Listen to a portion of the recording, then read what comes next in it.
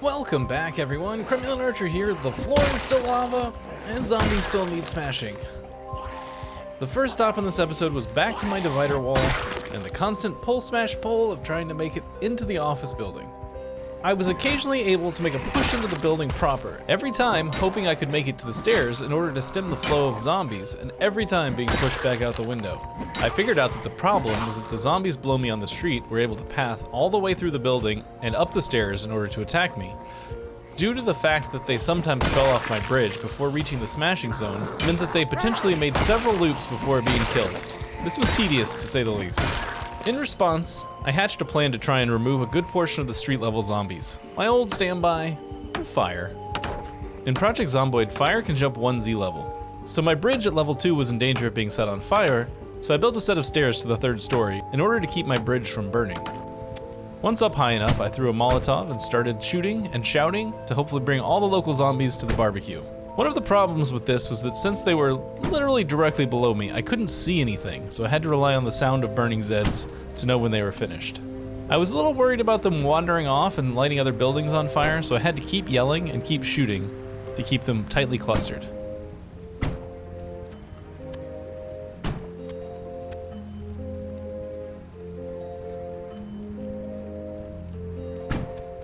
Sadly, all this fire didn't work out as I hoped, as I was greeted with more zombies waiting for me when I returned to the office building. In the morning, the bad news kept coming as the electricity finally died. Oh, there goes the power. That lasted a long time. 25 days, or basically 26 days. That's like, I think that's the longest I've seen in a very long time. Well, I guess we need to start eating stuff. I decided that this office building thing wasn't gonna happen, so I redirected my efforts to the apartments across the street. Setting up my smashing barriers and building a new bit of bridge, I engaged the zombies within.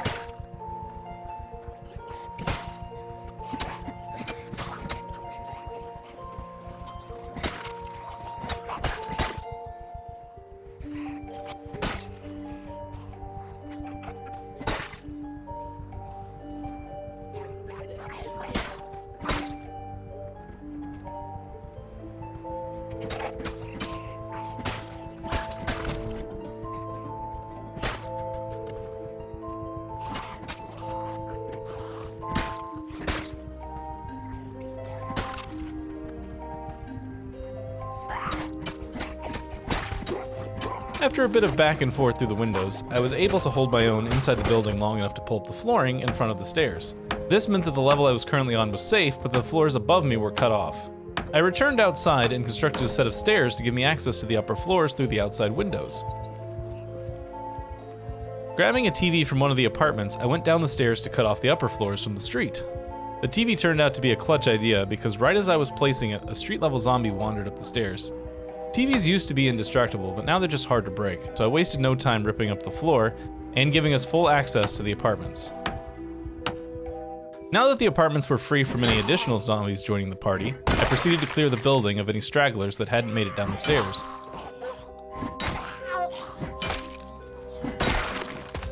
I also took a moment to build a wall around the holes I had made in the 2nd story to keep me from falling by accident. After that, I spent a couple of in-game days dismantling and hauling all the wooden furniture in the building, down to the new bridge I was building out the north side.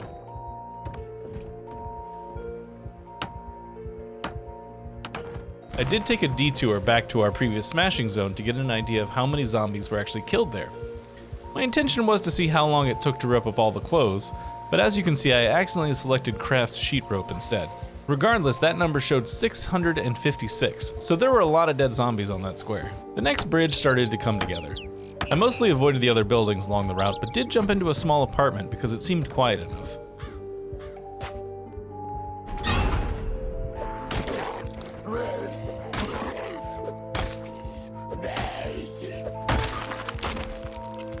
After much back and forth, the materials from the apartment building were enough to build me a bridge all the way down the block to the next major intersection. I didn't have enough materials to keep building the bridge, so I reluctantly came to the conclusion that I would have to try and take at least some portion of this building on the corner.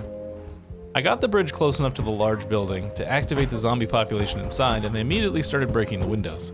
I set up my smashing zone and a platform for the zombies to exit through, and began what was now a well-practiced procedure of luring the zombies out for smashing.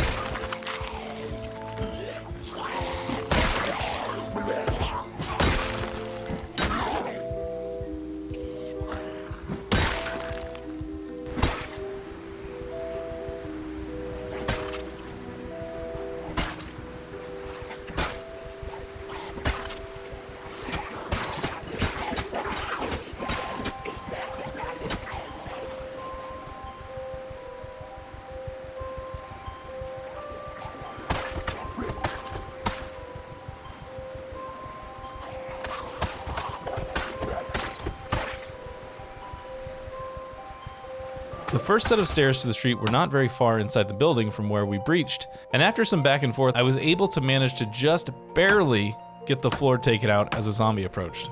The building was huge though. More than 4 stories tall, and most of the city block. The next few in-game days were smashing and luring, smashing and luring. My old friend Corpse Sickness returned. I finally managed to make some headway as the main hallway became carpeted in zombie corpses.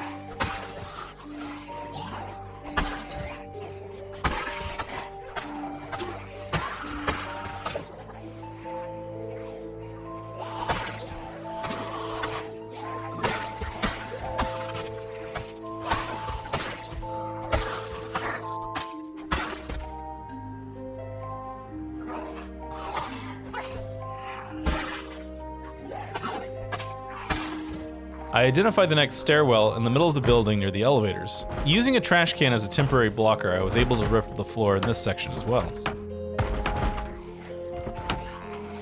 I explored the rest of the floor, killing zombies along the way, a fair number of them still waiting in various corners of the building.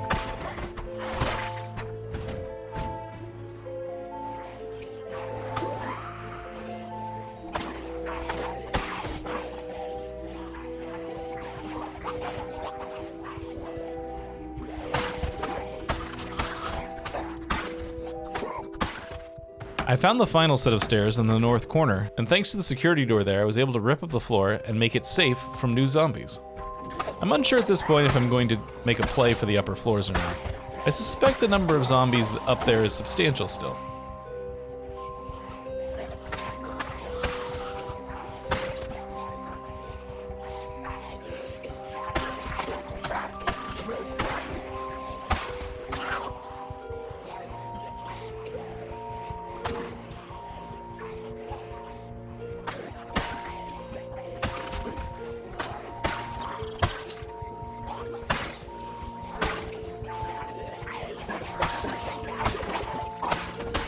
Starting a new bridge at the northern end of the building, I take in the sights and look out at the final 2 blocks between us and our goal. If this building has enough material, it'll be a simple matter to reach the art museum.